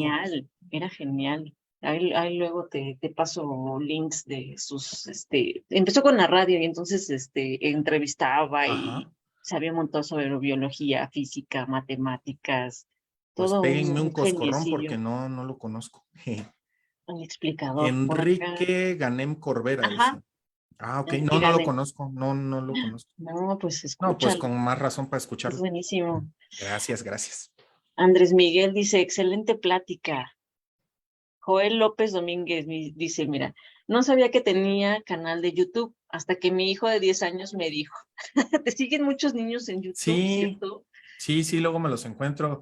Cada que mi hijo va creciendo me da más miedo que sepan que su papá es el loco de los dinosaurios, ¿no? Y otras criaturas. Wow, qué padre. Ivonne Lizeth Vega dice, qué interesante charla. Por Gracias. acá, saludos desde Chihuahua, dice Miriam Chávez. Saludos desde Eh, Morelia. Ezequiel Ejecatl dice, hablen de la ballena descubierta de Pericetus, yo creo que quería. Ahí tengo un video en el canal de como hora y media donde explico todo del Perucetus. De hecho, agarré el paper y les voy explicando en cristiano qué significa qué cosa. Oye, ¿tú sabes si el que lo describe es aficionado o es paleontólogo? El que lo descubre es aficionado, es Mario Urbina, Ajá, él. pero es un buscador de fósiles. Él no se autodenomina paleontólogo, ni mucho menos, pero él tiene la enorme pasión, como el pato, por ejemplo, de Sí. buscar los fósiles, ¿no? Entonces es un encuentrador de fósiles, dice uno, ¿no? Wow. Y obviamente su experiencia en campo es superior a la de muchísimos paleontólogos y cuenta la historia de que cuando vio a Perucetus lo vio en un recorrido en vehículo, o sea, lo vio What? vio las piedras porque ¿En parecían rocas serio? y dijo, esas son. Y ¡Qué de hecho hasta se horror! peleó con el que iba manejando porque no se quería parar y cuenta Mario Urbina que se aventó de la camioneta. O sea, no se quería parar, no se quería parar, le abrió la puerta y se aventó. Mm. Entonces ya descubre el sitio, descubre el fósil y pues la sorpresa máxima de que pues es un animal súper enorme y además súper misterioso, pero él se ¡Qué dedica bárbaro! a, es como su pasión desde niño, buscar fósiles. Igual que el difunto Carolini, que encontró a Giganotosaurus y que muchos otros a lo largo de historia, como por ejemplo la super ultra mega famosa Mary Anning, ¿no? Ujú. Entonces, buscadores de fósiles siempre ha habido porque es algo como muy gratificante, ¿no? Y ya el paleontólogo, pues bueno, es el fulano que tiene los conocimientos técnicos científicos para comunicarse con otros fulanos igual de raros y poder escribir estas cosas raras llamadas artículos científicos, ¿no? Pero si el que Mira, los yo tenía esa encuentra duda. es él. Ujú. Y Mario Urbina decía él que como 20 especies dedicadas a él. Ay, nada más. Nada más. Yo dije, ¡Qué no te bárbaro! pases. Wow, Barbarísimo. órale. Por acá, Eika Dinotain dice, sí me quedé, ya me salvé de la tabla XD. Árbol Místico dice, hola tía Paleo, adoro su trabajo. Ay, que habla de usted, mira, Y aquí en usted, qué respeto. respetuoso, muy bien. Doreli Deca dice, hola, gracias por la exposición, saludos de Anthony, seré paleontólogo, saludos desde Perú. Ah, Saludos, Anthony, Anthony. hay mucho que hacer, ya viste Y que sí se aquí hay puede. veces hay Yo cosas que tenía no 3 años cuando entendemos. dije eso. Sí se puede, sí se puede. Muy bien. Fanerozoico Salvaje. Hola, saludos a todos, saludos. Denis Omar Miranda Bereche dice, soy fan del canal Paleos, aprendí mucho sobre su video denominado ¿qué es un dinosaurio? Quería preguntar si se sabe alguna información científica vinculada al sonido que hacían los dinosaurios. Publicada formalmente, no. Hay un ensayo muy famoso que salió hasta en documentales de Parasaurolophus, el pico de pato que tiene un tubo en la cabeza, donde se reconstruía muy a grosso modo porque la tecnología era noventera. Entonces hicieron un modelo tridimensional bien rudimentario de los pasajes nasales, no era exacto, y simularon soplar aire, ¿no? Y entonces salió un sonido que si ustedes lo buscan en YouTube para Saurolophus Sound, le sale luego, luego, ¿no? Que es como el primer resultado y suena como un trombón, suena como tut, pero los que lo hicieron con fines como medio de exploración, como para más o menos tener una idea, pero nunca se publicó porque la dificultad muy grande que se tiene es qué tanto se modifica ese sonido por los pasajes nasales, por los tejidos blandos, la mucosa, los pulmones, los sacos de aire, el tejido oral, el tejido nasal, los senos dentro del cráneo.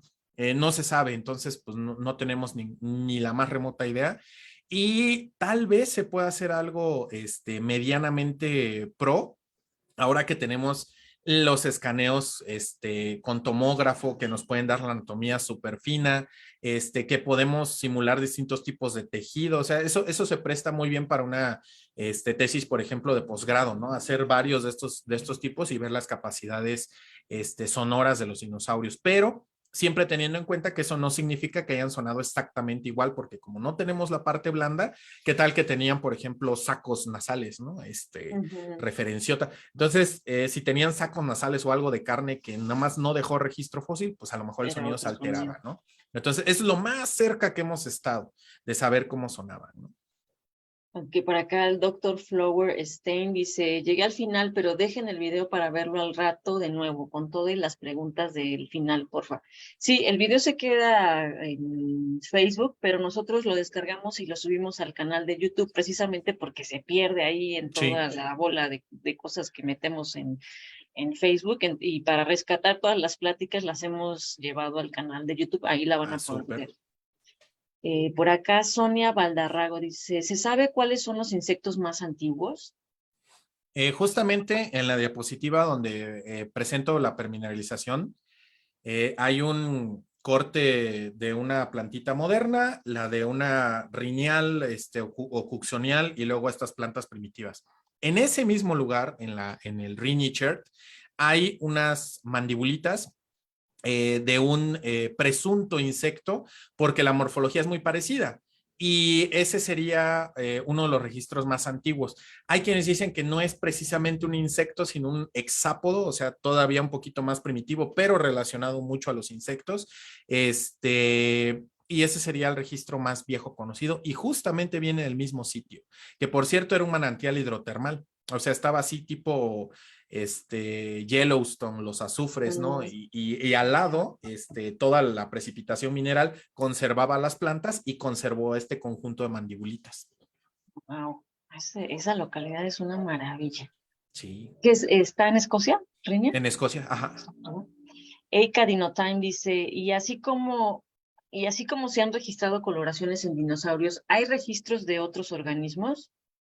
Creo que lo dijiste, ¿no? Sí, Tortugas, ictiosaurios, serpientes. mosasaurios. Y la tortuga, para que se emocione más, porque le gustan, por ahí en la comunidad, las dermoquelídidas, las laúd. Era una protolaúd del Cretácico. Ah, wow, ok, Negro arriba, blanco abajo.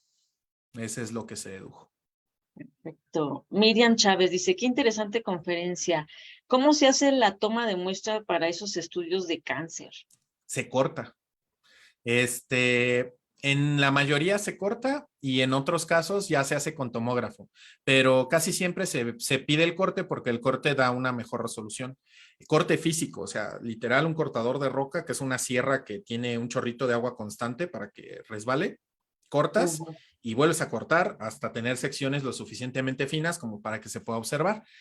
Desde luego, esto es un gran problema porque tienes un fósil de un bicho con cáncer, no hay dos, y es único, especial, súper importante, y conseguir que lo corten es complicado, ¿no?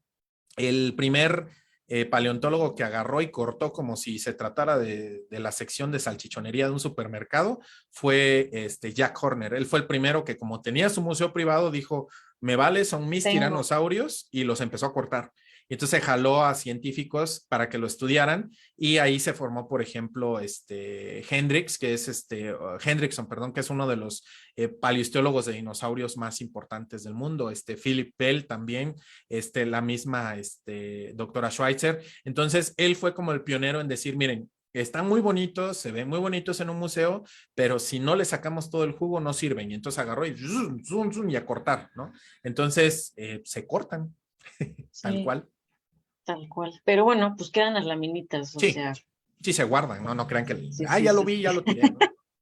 Por acá, doctor Flowerstein dice, ¿qué relación existe entre el crecimiento acelerado de células, como las que se dan en el cáncer, y el crecimiento acelerado de las astas de los ciervos? Ajá.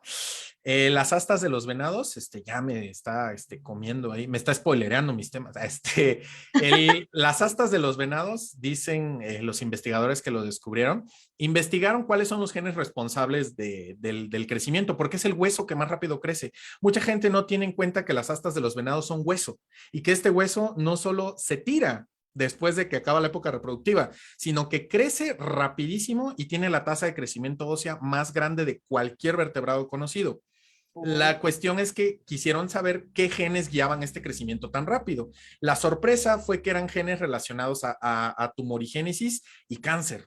Y ¿en entonces, serio? sí, son genes de cáncer. Y entonces cuando dijeron, ah, caray, estos son genes de cáncer, siguieron buscando, y sí, efectivamente, si los buscan en familias relacionadas a cérvide, otros rumiantes que no tienen astas, pero que también tienen apéndices craneales, y otros que no tienen, como por ejemplo los ciervos ratón, que no son ciervos, resulta que ellos no tienen ni el menor rastro de estos genes de cáncer, o sea que son endógenos. Sufrieron una presunta infección vírica que alteró el ADN en ciertas secciones, les introdujo genes cancerígenos para seguirse propagando, pero fue seleccionado positivamente por los ciervos y desarrollaron astas. Entonces, es uno de esos muy raros casos en los que la evolución agarra algo tan terrible y devastador como es el cáncer y le da una función, ¿no? Y además positiva de selección sexual, ¿no?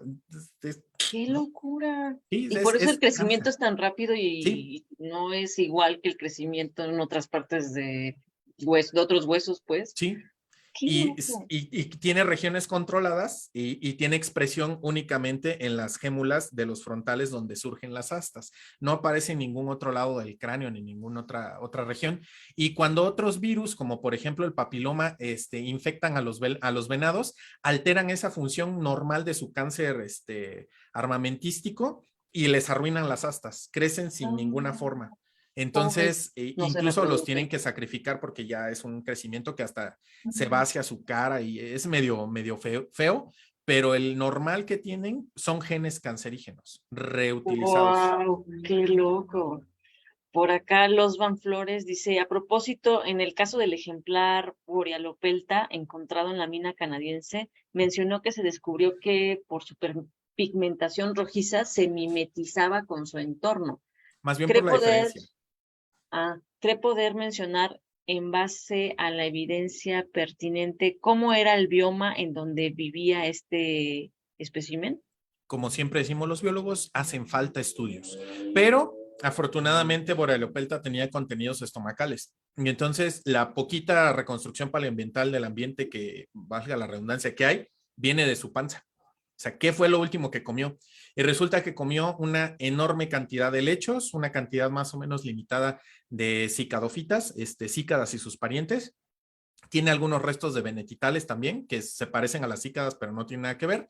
Y tiene una cantidad ingente de helechos, muchos de ellos con partículas de carbón. O sea que como que se incendió la zona, surgieron, cualquier ecólogo sabe que cuando una zona forestal se Los incendia, primeros son los los helechos. helechos son los primeros, ¿no?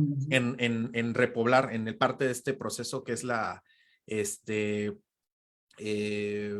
sucesión ecológica. Ujú. Entonces, parece ser que la región donde vivía Borealopelta era un bosque templado que sufría incendios más o menos regulares y que justamente llegó a esa zona a comer helechos y algo le pasó, se murió con sus contenidos estomacales y se preservó. Entonces, eso es lo que sabemos del ambiente de Borealopelta, pero hacen Ah. falta más estudios, porque también ¿Y puede y ser en que la no mina no hay vivieran, fósiles de plantitas? desconozco, ahí Órale, sí no sé. porque pues como es carbón, se me haría como Sí, bastante pertinente que estuvieran ahí algunas plantitas fosilizadas hay de... muchos nódulos en esas minas y en esos estratos, que son las famosas bolas de carbón, y Ujú. adentro hay un montón de plantas. Entonces, a lo mejor después hay paleobotánicos que estén trabajando eso y que Claro, nos puedan decir un poquito más del ambiente, ¿no? ¿Qué del plantas ambiente. había exactamente? Sí, no, las que nos dan el ambiente son las plantas, o sea, no tanto Sí, los no, los animales bichones. no, las plantas. Por acá, Jules dice, tener a Adriana de Geoexplora y a Rob para una ponencia es como juntar a los Avengers. XD. Gracias por esta plática Gracias. tan útil e interesante. Desconocía el dato del dino con colores tan diversos, al que ejemplificaron con el colibrí. Sí, El estaba caijón. increíble. Yo, Josué Arriaga Tobar, voy llegando, ¿de qué me perdí? Uy, no, Uh, bueno, la ya pones de son buena. las 9:30. Joel, pero lo tenemos en YouTube, mañana lo subo sin falta. Joel López Domínguez, ¿podrías mandar un saludo a mi hijo Joel Emilio López Arroyo, seguidor del canal de Paleos? Hola Joel Emilio, un saludote desde aquí, desde GeoExplora y de parte del tío Paleos. Y estudia mucho, hazle caso a tus papás y haz lo que te gusta, pero sin desobedecer a Cisneros, tus papás. Cisneros Axel dice, ¿cómo es la práctica de campo, la experiencia? ¿Hay lugares precisos donde se descubren fósiles o varía? Saludos, soy hermano arqueólogo, me especializo en el periodo pre- preclásico, en neandertales, pero también en Oh, la práctica y excavación me he encontrado fósiles animales y he estudiado plantas del Pleistoceno, las cicadáceas con ayuda de botánicos. ahora, ya ¿Cómo son es la raras. práctica de campo? Pues el descubrimiento paleontológico es de dos tipos, el planificado y el serendípico, o sea, el de chiripa. La inmensa mayoría son chiripadas que después se transforman en hallazgos planificados. La mayoría de los sitios son descubiertos por accidente, un pescador, un agricultor, un desarrollo inmobiliario, una mina de carbón, etc., etc., ¿no? Encuentran un aeropuerto, ¿no? Encuentran el hallazgo paleontológico, dan noticia y los paleontólogos ya comenzamos a estudiar esas zonas. Posteriormente, ya se comienzan a hacer cosas planificadas cuando ya se estudia la geología y ya sabes que esta región pertenece a la formación no sé qué y esta misma formación también tiene zonas denudadas de vegetación y expuestas más allá en el pueblo vecino a 2 kilómetros y entonces ya planeas con fotografías satelitales, voy a ir a tal lugar, haces las primeras prospecciones pues en vehículo, vas, ves si la zona es adecuada, te bajas, caminas, recorres las zonas, muchas veces es caminar y caminar sin encontrar nada, otras veces es estar ahí en una zona chiquita, chiquita, chiquita, picando con la navaja o con el martillo o con un cincel y estar viendo a ver qué sale. Hay muchas horas desperdiciadas en las que no sale absolutamente nada, de hecho son la mayoría, y ya cuando por fin se encuentra algo, ya comienza el trabajo de recuperación o rescate. Y ahí pues ya es más laborioso y depende también mucho del tipo de fósil que es. Por ejemplo, yo al principio en las primeras diapositivas les mostraba un yacimiento pliocénico y ahí se veían unos metatarsos de conejo y esos metatarsos ya estaban disociados del sedimento y ya se podían recoger uno a uno. Entonces nos los llevamos con unas pinzas entomológicas, ay mamá, de este tipo, ¿no? Y ahí estamos pescándolos uno por uno con mucho cuidado, poniéndolos, en mi caso, por ejemplo, los ponía en pedacitos de papel de baño para que absorbieran la humedad, pero no tanto como el algodón para que no los rompa de golpe. Y luego ya eso se lleva al laboratorio, se pone a secar, se ve si se necesita consolidar o no, entonces ya empieza así como la parte más rollenta. Cuando el sitio es muy productivo, se llevan a cabo temporadas y entonces ya, por ejemplo, ya se organiza con los estudiantes, con voluntarios, con la gente de la localidad, etcétera, ya se hacen de manera todavía más planificada y ahí sí ya con mucha gestión de dinero, porque ya cuesta cada vez más hacer este tipo de recuperaciones. Sí, y cada grupo tiene su método de colecta, no es lo Sí, mismo colectar invertebrados que vertebrados chiquititos, sí, sí, sí. luego hacen, ¿cómo se llama esto? Con los vertebrados chiquititos que son El, dientecitos y no el sé qué, tamizado. el tamizado, ¿no? O luego hacen un jacket, si es un hueso así Sí, súper grande. Entonces, pues sí, la verdad hay diferentes técnicas para cada grupo de fósiles. Por eso también nos recomendamos que si ustedes como ciudadanos y sin conocimiento de la paleontología, no recomendamos que anden colectando los no, fósiles porque la verdad en vez de recuperarlos los y rompen. rescatarlos, se rompen, se fracturan, perdimos un montón de información del lugar, que pues la verdad antes de colectar nosotros tomamos un montón de datos antes de hacer una columna estratigráfica, ver Sí, los elementos de tafonomía y todo eso se pierde si alguien colecta ese fosilito. yo tengo una historia de terror en la que llevaron personas sin experiencia, no de mala voluntad, pero no tenían experiencia. El encargado no les explicó que cuando vieran algo le avisaran. Fue una omisión muy irresponsable y acabaron destrozando el cráneo de un gonfoterio. Ay, O sea, bastante sí. severo, ¿no? Entonces, por eso es muy importante que vaya una persona que sepa, que esté atenta y que cuando alguien aficionado encuentre algo, lo tape, le ponga una estaca, una varilla, algo, se acuerde dónde está el lugar, le tome fotos y demás y dé aviso para que ahora sí los paleontólogos podamos recoger. Y si ustedes piensan que el aviso siempre es Salina, no siempre, también pueden avisar a las universidades estatales. Casi cada universidad estatal en México tiene por lo menos un grupo especializado de paleontólogos. Sí, o escríbanos a Ajá. Paleos, a Geoexplora. Nosotros Y conocemos nosotros les decimos, ajá. especialistas de diferentes lugares de la República. Los paleontólogos andan ya dispersos, afortunadamente. Por Sí. acá, Alejandro Parham dice, ¿hay manera de conocer el sexo de un animal por medio de células fosilizadas? Hay una muy dudosa que los paleontólogos no recomiendan, que es una cosa llamada médula amarilla. Se supone que la médula amarilla es un tipo de tejido óseo especializado que surge en la parte interna de la cavidad de los huesos largos de las aves y que prepara a la hembra para secuestrar un montón de calcio de sus huesecitos para producir las cáscaras de sus huevos. Entonces, se aprecia esa parte, pero solamente en la época reproductiva. Y se ha descubierto en un ejemplar de Tyrannosaurus rex. Pero otros paleontólogos y biólogos fueron rápidos y prestos para señalar que a veces hay machos con médula amarilla por cambios hormonales y demás, que también tienen que ver con la época reproductiva, y hay hembras que no desarrollan médula amarilla a pesar de que están en época reproductiva, por lo cual pues se puso como medio en duda la utilidad de la médula amarilla. Está en un veremos, pero sería el único indicativo directo de que se tiene una hembra estudiando un hueso, ¿no? Ok. Por aquí Sonia Valdarrago dice, ¿el VIH se encontró en organismos o animales más antiguos que los monos? Les pregunta. Muchas gracias. Como fósil, no. Pero las secuencias genéticas es una manera como de estudiar fósiles, pero con moléculas. Y entonces ahí podemos estudiar y sabemos que ese virus en realidad surge en mamíferos. En primates es muy prevalente y en homínidos, que no nada más somos los seres humanos, son también los orangutanes, los chimpancés y los gorilas, también somos muy proclives a infectarnos. Y en particular de las variedades que existen, la que nosotros tenemos proviene de chimpancés y no viene de un ancestro común. O sea, no nos infectamos de ancestría, nos infectamos por contacto directo con chimpancés.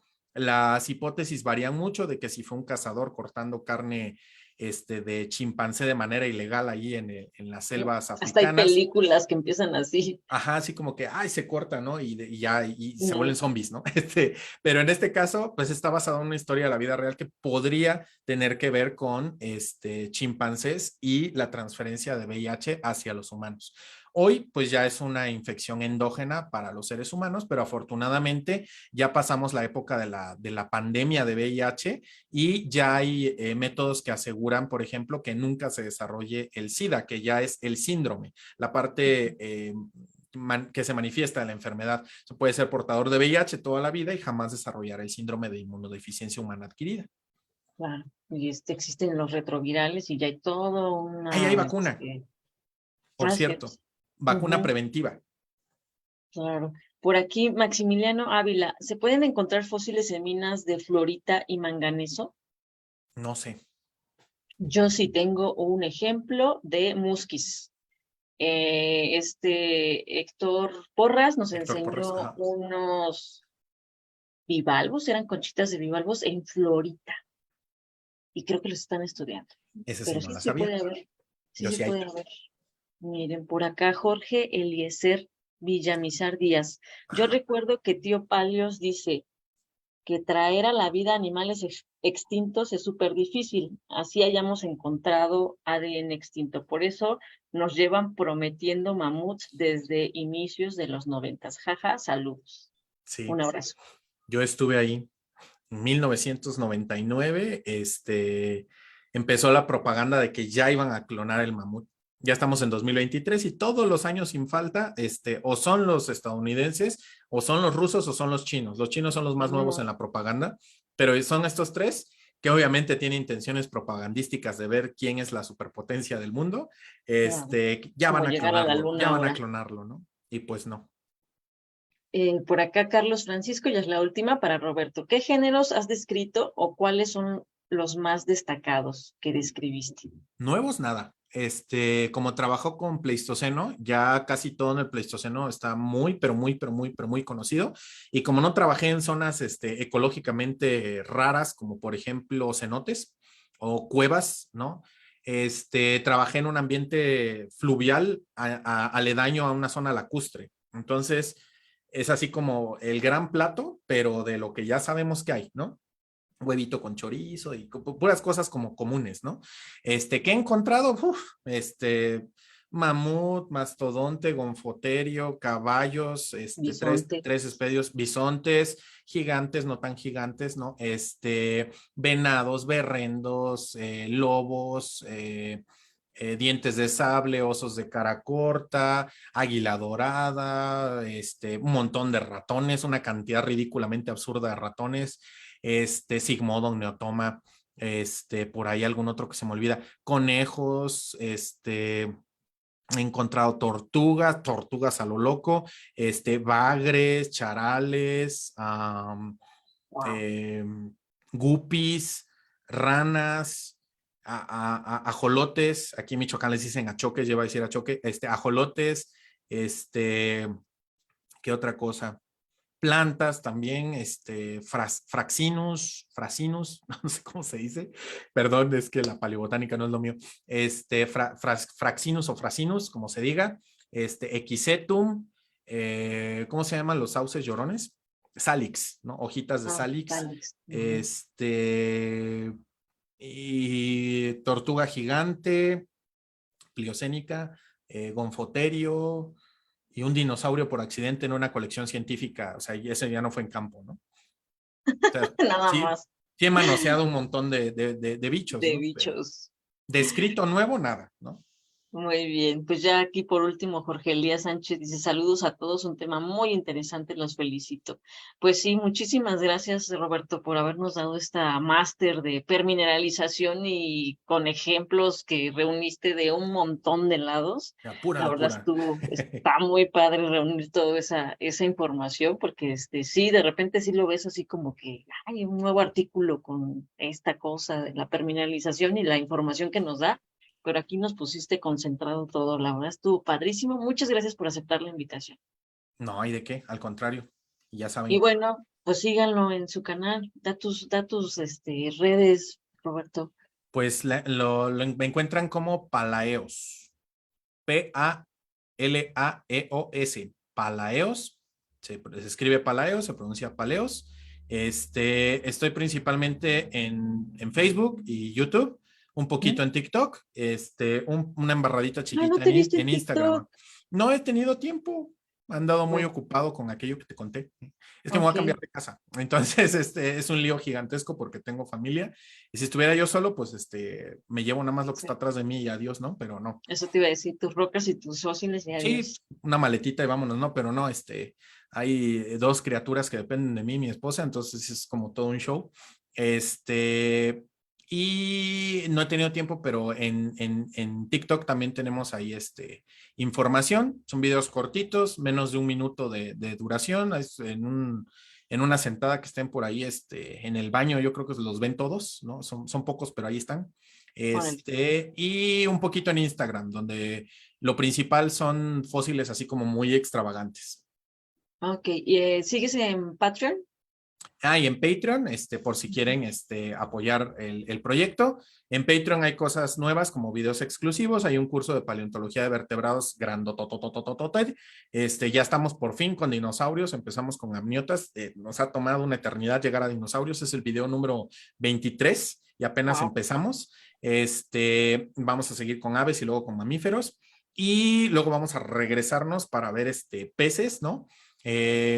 Y también paleobotánica, por ahí ya me estoy como actualizando lo más posible, y paleontología de artrópodos. También tenemos un podcast donde hablamos de noticias sin censura, donde ya les puedo explicar de manera más, eh, sin miedo al latigueo que pueda causar, si la Ujú. información presentada es verídica, no es verídica, es una fumada o algo por el estilo, por qué es una fumada, ¿no? No nada más así de ese tipo. Y también pueden hacer preguntas que se responden en los videos públicos.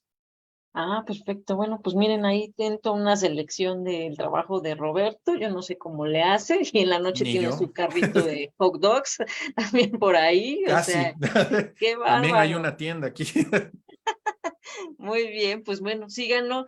Creo que es más famoso en YouTube. Ustedes seguramente se han topado con un video de paleos y que está hecho con muy buena calidad y con Gracias. muy buena información. Es de yo creo que de los mejores canales que hay de paleontología. Y Gracias. entonces, pues síganlo, ahí está en sus redes. Y bueno, exploradores, no se pierdan, el próximo miércoles vamos a hablar de fósiles asombrosos con Ricardo Servín Pichardo, que va a estar aquí con nosotros. Y así cada miércoles le vamos a dedicar una hora o casi dos a los fósiles.